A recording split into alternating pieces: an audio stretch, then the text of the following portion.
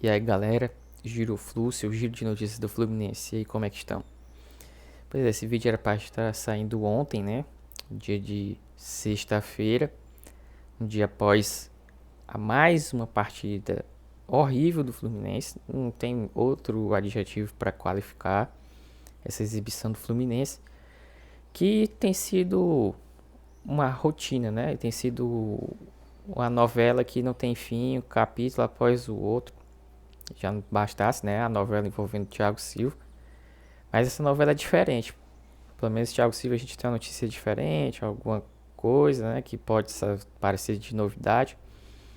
Mas dessa vez não, essa novela é igual Chaves. Todo episódio você assiste, você tem aquela impressão, isso eu já assisti. Porque não é possível o Fluminense ter uma partida mais ou menos, uma partida ok, enfim, vence, né, contra um clássico, contra o Vasco, mas volta à mesma situação. E se não bastasse, agora também crise interna de bastidores. Mas antes de falar sobre essa situação complicada, né, do Tricolor, gostaria de quem está, né, chegando ao canal, assistindo os vídeos, tem gostado, possa se inscrever no canal para que a gente possa crescer essa comunidade tricolor. Estamos presentes em todas as redes sociais, pelo menos as principais delas, né? YouTube, Instagram, Facebook e o X, que era o antigo Twitter, e TikTok. Todas essas redes você basta procurar por Giroflu, mas estará aqui nos comentários, na descrição do vídeo, todos os links, né, com o endereço certinho das redes sociais. Pois bem, o Fluminense teve mais uma atuação terrível, terrível, terrível. Se você olhar as estatísticas do jogo pós, né, o término do jogo, é de arder os olhos. Não tem outra situação. E o pior de tudo isso é você ter que assistir a coletiva de imprensa do Fernando Diniz e ter que entender ou buscar entender o mínimo razoável dentro daquilo que ele pensa que é o futebol. É assim, não dá para entender, cara. Se a gente for analisar o resultado como um todo, principalmente pelo grupo, né? Onde na terça-feira Colo-Colo e Alianza Lima empataram a partida, e aí o Fluminense também empata a partida, ainda mais fora de casa. Se a gente olhar por essa ótica e o Fluminense continuando na liderança, até que foi um bom resultado. Porque continua a tabela da mesma forma como começou e subtrai uma rodada a menos, né? Restando agora apenas 3 rodadas para o término, né, da fase de grupos. E o Fluminense, dessas 3 rodadas, o Fluminense joga 2 vezes em casa. E nas 2 últimas rodadas da fase de grupo. Então, se você olhar por esse lado, muito bom. Não tem muito o que reclamar. Mas a gente pode também começar a olhar um pouco a figura um pouco complicada, porque o Fluminense tem só 5 pontos e o segundo colocado tem 4 e, se eu estiver enganado, o terceiro tem 3. E o Alianza Lima parece que tem 1 ponto. Eu esqueci agora os resultados certinho. Mas é mais ou menos essa configuração da tabela. Eu vou até colocar aí certinho a tabela do vídeo para que a gente possa ter a noção exata de como é que está. Mas enfim, o que eu quis dizer é que o grupo está um pouco embolado. Só que se a gente for avaliar que o Fluminense tem 2 jogos em casa, ainda vai enfrentar todos os times, né, que podem brigar com o Fluminense por uma vaga, a classificação das oitavas de final e até mesmo disputar a liderança do grupo, não tá ok, interessante. Mas também a gente tem que avaliar a Libertadores como um todo. Por exemplo, hoje em dia, você não olha mais para os adversários apenas do seu grupo, você olha também para os adversários futuros, né, de fases futuras, oitavas de final, quartos e por aí vai. Porque o Fluminense, ele se classificando nas oitavas de final, por exemplo, se ele se classifica em primeiro, ele vai ter um ranqueamento de classificados em primeiro colocado. E dependendo desse posicionamento que ele fique, ele vai ter uma preferência para os adversários que ele possa enfrentar no jogo de volta, sendo no Maracanã. Se terminar em primeiro, pelo menos as oitavas de final é garantido que vai decidir em casa, como aconteceu com a Argentino Júnior. Mas se, por exemplo, que foi o caso do Fluminense em 2023, que teve uma campanha que não foi lá tão boa, foi boa no começo, o primeiro turno da fase de grupos foi excepcional, mas no segundo turno o Fluminense caiu muito de produção e conseguiu se classificar na última rodada e poderia ter perdido a classificação. Aquele jogo contra o Sporting Cristal, onde o Fluminense estava empatando a partida, se o Fluminense tomasse um gol, tivesse perdido aquela partida, já era classificação. O Fluminense teria sido eliminado. E em casa, no Maracanã.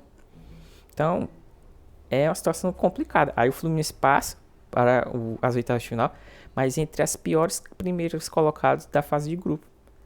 E é por isso que o Fluminense, das quartas de final até a final, não teve o mando de campo nas rodadas, né, nos jogos de volta, né, que são os decisivos. Todas as vezes jogou fora de casa. Inclusive o jogo do Maracanã, onde o Fluminense, a gente pode dizer, estamos decidindo o título em casa, mas o mando era do Boca Juniors, porque tinha uma campanha melhor. Mas o jogo só foi no Maracanã porque a gente sabe, né, já era algo que foi sorteado antes e beleza, tudo bem. Então teve essa situação, onde o Fluminense teve uma campanha bem irregular na fase de grupos, mas conseguiu se classificar. E foi um time copeiro, bem copeiro mesmo, não perdeu nenhum jogo no mata-mata. Mas poderia ter sido algo mais tranquilo, talvez, porque geralmente os times preferem decidir as partidas, né, a fase mata-mata, em casa. Pois bem, e as estatísticas desse jogo foram tenebrosas. O Fluminense teve um chute apenas a gol em 90 minutos. E o Diniz ainda vem explicar, não sei o que. Cara, o que vai explicar? Ainda vão dizer até quando o Fluminense está irregular por conta que não teve uma pré-temporada adequada, não teve uma preparação adequada. Já estamos terminando abril, cara. Logo, logo vem Copa América. Logo, logo começa as oitavas de final da Libertadores. Até quando isso vai ser uma desculpa? Estamos se aproximando da metade do ano de 2024, cara. Então não há mais o que ser falado. O Fluminense, quando foi eliminado precocemente do Campeonato Carioca, que poderia ter conseguido chegar pelo menos até a final, porque tudo bem, foi eliminado por um adversário que pode ser, né, o grande rival, e na verdade o grande rival do Fluminense no Rio de Janeiro. E foi ali na semifinal, tudo bem, beleza, mas se o Fluminense tivesse tido uma campanha melhor no Campeonato Carioca, e poderia ter, inclusive brigou até certo momento para ter a melhor campanha da Taça Guanabara, mas não, caiu muito o rendimento, basicamente quando o time titular retomou as partidas.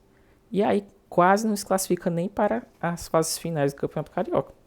E aí passa as fases finais contra o Flamengo, tendo o direito do empate, né? A vantagem de 2 empates contra o Flamengo. Enfim, complicado. Mas, enfim, aí o Fluminense foi eliminado. Teve um tempo de aproximadamente 20 dias. 20 dias, que é basicamente o tempo de uma pré-temporada que os times fazem, né? Antes de estrear no Campeonato Carioca ou nos respectivos estaduais. Mas, enfim, eu sei que é uma desculpa recorrente essa questão da preparação física. E aí o Diniz fica falando. Até quando? Essa é a nossa pergunta. E outra questão que também é complicada, que ninguém falava mais, todo mundo elogiava muito o ambiente do Fluminense. O Fluminense é um time que todo mundo é tranquilo, é todo mundo amigo. Tô dizendo que teve uma complicação interna. Mas não dá para dizer que isso não se reflete no ambiente do clube, que é essa questão dessa movimentação, dessa festinha, né? Dos jogadores John Kennedy, Alexander e Arthur. Que é essa festinha que envolveu os jogadores Alexander e John Kennedy. Teve outros jogadores também, o Arthur, teve o Cauã Elias, mas esses dois nomes são os principais, né?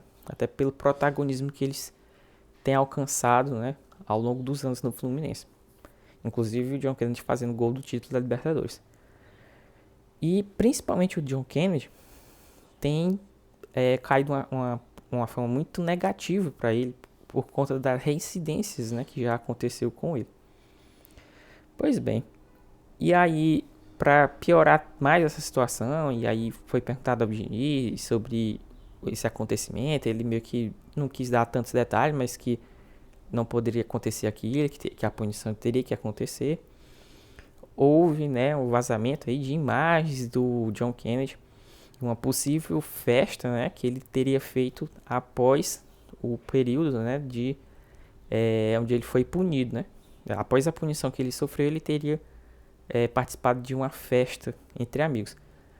Não sei se essas imagens são realmente de agora, né? Foi publicado recentemente, mas não temos certeza, porque ele não publicou aquelas imagens para todos, né? Foram só para os melhores amigos no Instagram. E aí as pessoas foram repostando. Enfim, mas se isso for verdade, é muita imaturidade do jogador. E isso compromete ainda mais o Fluminense, porque isso mina o ambiente interno do Fluminense. E outra situação, o Fluminense não tem um outro centroavante, não tem uma opção imediata de substituição ao Cano. Tem opções que pode ser improvisado, como o caso do Renato Augusto. Mas o substituto imediato seria o próprio John Kennedy. Então não sei o que está acontecendo com o rapaz. E o pior, a própria imprensa, eu acredito que tenha atrapalhado também esse processo regenerativo, porque estão criticando muito ele, muito mesmo. E eu acho que o Fluminense tem que punir, mas tem que buscar consertar esse atleta, porque é um cara de muito talento. Ele marcou um gol histórico para o Fluminense, e desperdiçar ele seria um crime. Não tem outra palavra para dizer isso. E se ele pode também, né, de repente se regenerar e ir para um rival, quem sabe. Então, é complicado. A gente vê, por exemplo, o caso do Endrick, que é um jogador jovem também, mas ele é muito cabeça, ele tem um psicológico muito firmado, né? Por conta da família, por conta dos amigos próximos que ajudam ele a estar blindado, né, dessa questão do futebol que pode ser perigosa, questão de noitadas, enfim. Mas ele tem que ser assessorado, isso não há dúvida. E para fechar o vídeo, outra notícia que não nada boa.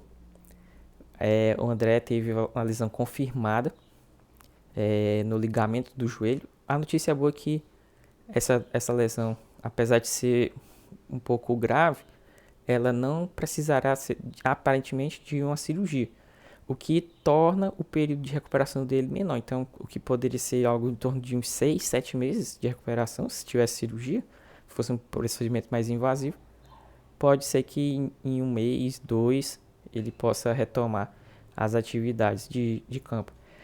Mas, de toda forma, é mais uma notícia ruim, porque, por exemplo, um substituto excelente para o André, que eu sempre apontei aqui, seria o Alexandre. E o Alexandre está o quê? Está suspenso. Está afastado. Por conta de quê? Por conta dessa situação que ocorreu internamente dentro do Fluminense. E aí o substituto dele, que pode vir a substituí-lo, é o Lima. Que o Lima, ao meu ver, é um bom jogador, mas a posição dele não é como volante. Ele tem que jogar na posição do Ganso, quando ele entra. Por exemplo, ele entrou muito bem na final da Libertadores. Ele, por exemplo, ele deu aquele passe que poderia ter sido resultado em gol no finalzinho do jogo, lá antes da prorrogação. Ele deu um passe em profundidade pro Diogo Barbosa. O Diogo Barbosa ficou meio na dúvida. E aí, finalizo ou toco no meio para o Keno chegar finalizando? E aí ele não fez nenhuma coisa nem outra e acabou desperdiçando uma excelente oportunidade. Mas o passe foi do Lima. Então, o Lima, ele é sim um bom jogador, porém, ele não é tão versátil, por exemplo, quanto o André, né, que já viu ele jogando em várias posições, até mesmo o Martinelli.